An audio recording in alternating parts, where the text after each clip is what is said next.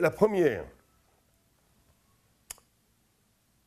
chose que l'on doit faire, c'est, si on veut cuire une viande, encore une fois, si on veut la griller, il n'y a aussi pas de problème, on la met sur le feu, d'une certaine façon que le sang qui va s'expulser va tomber de façon directement au sol ou sur un kéli qui sera taref, mais il n'y a pas de problème, la viande sera cachère, il n'y a pas besoin de la cachériser, puisqu'on la grille. Il n'y a pas de problème. On a l'obligation de cachériser une viande avant de la cuire, que si on va mettre cette viande dans un instrument fermé à chaud. C'est-à-dire qu'on va faire ce qu'on appelle une cuisson. Non pas une grillade, ni non plus quand on le mange cru. Très bien. Maintenant, on va parler, nous, ici, du moment où on va cuire la viande. Non pas ni la griller, ni la manger crue. Mais voilà. Donc on a dit qu'il fallait la cachériser. La cachériser, c'est la saler un certain temps, on verra combien de temps, pour qu'on considère que tout le sang qui était à l'intérieur de cette viande a été expulsé. Maintenant, avant de faire cette cachérisation, on est obligé de faire ce qu'on appelle une adacha. Adacha, c'est quoi? C'est de rincer ou de tremper dans l'eau cette viande. Il y a une gemara que je vous lis dans Choulin qui dit, Amar Shmuel, En abassa yotse miyade damo, la viande ne sort pas de son sang, et la imken, que dans la mesure où molcho yafe yafe, où on l'a salé comme il se doit, bien, ou madicho yafe yafe, ou bien et aussi qu'il l'a rincé très bien.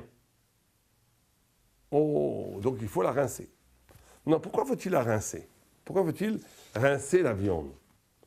Alors, il faut rincer la viande. Pourquoi faut-il rincer la viande? On va dire 6 écoles. Ce qu'on va y prendre aujourd'hui, on continuera plus tard, la semaine prochaine, le mois prochain, pour savoir quelles sont les différences entre les deux, quelle est la loi. Mais il y a 6 écoles.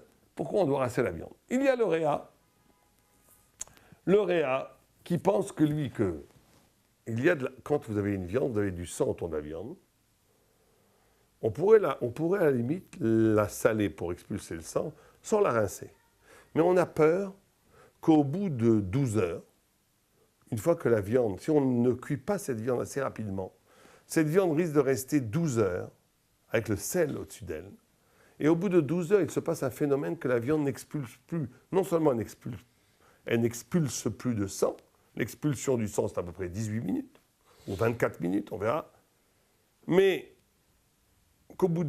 après l'expulsion du sang, la viande continue à expulser ce qu'on appelle du tsir, c'est-à-dire du jus. Mais au bout de 12 heures, elle n'expulse plus de jus du tout. Donc on a peur que le sang qui est sur la viande, au bout de 12 heures, va rentrer dans la viande et va rendre taref, va rendre impropre à la consommation la viande. Donc toute la raison pour laquelle il faut faire adacha pour le réa, c'est que par précaution, en cas où on n'aurait pas rincé la viande après le salage, on aurait attendu 12 heures. Bon, ça c'est une vue. On a une vue qui est beaucoup plus mahmir, beaucoup plus rigoureuse, du smak et du smag, qui eux pensent non. Pourquoi? Dès qu'il y a ce qu'on appelle un dam be'ein, il y a sur la viande du sang avant de la cachériser, et si je mets du sel sur cette viande avant de la cachériser, le sel va avoir pour effet, avoir un double effet. Il va sortir le sang qui est à l'intérieur de la viande à l'extérieur, mais il va aussi introduire le sang qui est périphérique sur la viande à l'intérieur de la viande, il va la rendre taref. Il va la rendre pas cachère. Donc eux, c'est immédiat. Dès qu'on met du sel, ça va rentrer. Donc il faut faire la hadacha tout de suite. Le Ran, troisième vue, lui, il pense que c'est pour rendre plus tendre l'extérieur de la viande. L'extérieur de la viande, c'est pour rendre tendre, parce que si on ne la rend pas tendre, si on ne la met pas dans l'eau, l'extérieur de la viande est comme une paroi qui empêche l'effet du sel d'expulser le sang. Oh, il y a le Yesh Omrim dans le Mordechai qui pense à peu près la même chose que le Ran, c'est que c'est pour rendre la viande plus tendre, mais pas simplement l'extérieur de la viande, les parois de la viande, toute la viande plus tendre. Très bien. Oh, il y a le Mordechai, qui est la 5e vue, qui lui pense que si on ne rince pas la viande avant de la cachériser, alors la saleté et les humidités qu'il y a à l'extérieur de la viande vont absorber le sel et neutraliser la force du sel pour que le sel puisse faire son travail d'expulser le sang. Donc la raison pour laquelle on fait Adacha, c'est pour rendre propre l'extérieur de la viande, clair, pour que le sel puisse faire son travail d'expulsion.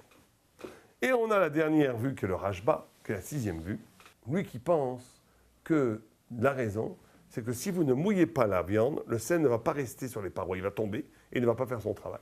Il y a encore une 7e vue, si vous préférez, qui est la vue dans le roche, qui est apportée par le roche, mais qui n'est pas sa vue, que c'est que si on ne sale pas bien la viande, on ne rince pas bien la viande, il va se passer un phénomène embêtant. Lui, le roche ne pense pas que ça existe ça, mais il amène ça comme une vue qui existait à son époque, donc il faut prendre en considération, de certains rabbinim, que sans rincer la viande avant de faire le salage, toute la paroi est entourée d'une sorte de croûte qui fait que le sel va faire le travail à moitié. Il va rentrer dans la viande, expulser le sang, mais le sang va cogner contre la paroi, il va retomber dans la viande et va la rendre taref. Donc on a 7 vues pourquoi on doit faire Adacha. On verra la prochaine fois quelles sont les nafkaminot, ça veut dire les différences halachiques entre les 7 vues, et on essaiera d'étudier comme qui a été posek, comme qui a tranché aussi bien le Mechaber, le Rabbi Yosef Karo pour les Sfaradim, que le Rama pour les Ashkenazim.